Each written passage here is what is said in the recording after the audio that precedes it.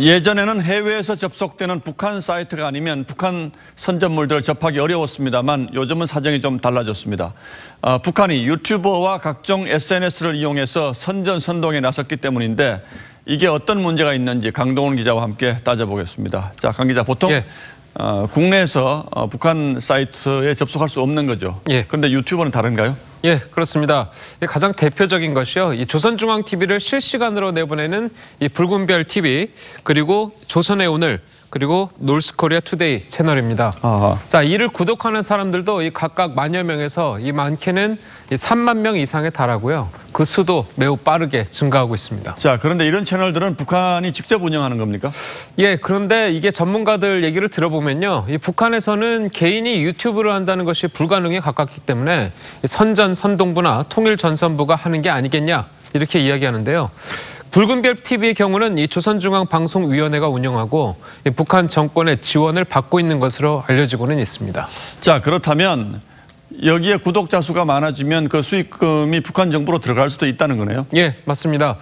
실제 붉은별 TV 채널은 광고가 게재되고 있고요. 이 온라인 결제 시스템을 이용해서 후원을 받기도 하고 있습니다. 이 러시아가 개발한 것으로 알려진 온라인 결제 시스템은 은행 전산망을 거치는 게 아니어서 국제 제재를 피해서 돈 세탁에 쓰인다는 의혹이 제기되기도 했었습니다. 자, 그런데 이보다 더 큰 문제는 이 국내 네티즌들이 이런 게시물들을 시청하거나 퍼나르고 있다는 거가 더 큰 문제입니다.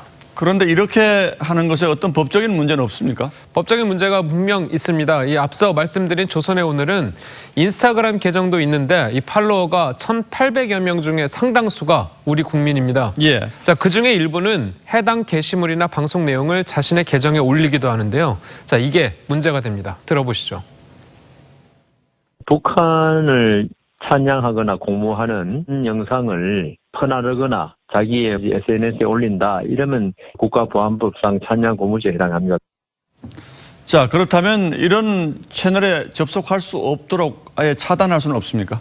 사실 국내에서 유튜브 채널을 삭제하거나 이제 막는다는 것은 거의 불가능에 가깝습니다. 이 채널을 없애려면 먼저 누군가가 이 국정원이나 경찰 등에 신고를 해야 합니다. 자, 그러면 해당 기관이 수사를 한 뒤에 방송통신심의위원회에 접속 차단을 요청을 하고 그 후에 방심위에서 유튜브 본사에 채널 삭제 요청 등을 하게 되는 거죠.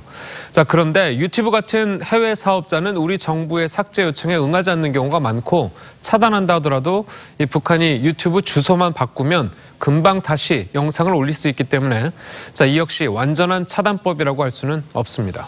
예, 강 기자 얘기 듣고 보니까 현재 상태로는 뭐 뾰족한 대책이 없다 이렇게 들리는데 그렇다고 하더라도 이렇게 북한의 선전물이 무분별하게 유포되는 건 막아야 되지 않을까요? 예, 강동원 기자 잘 들었습니다.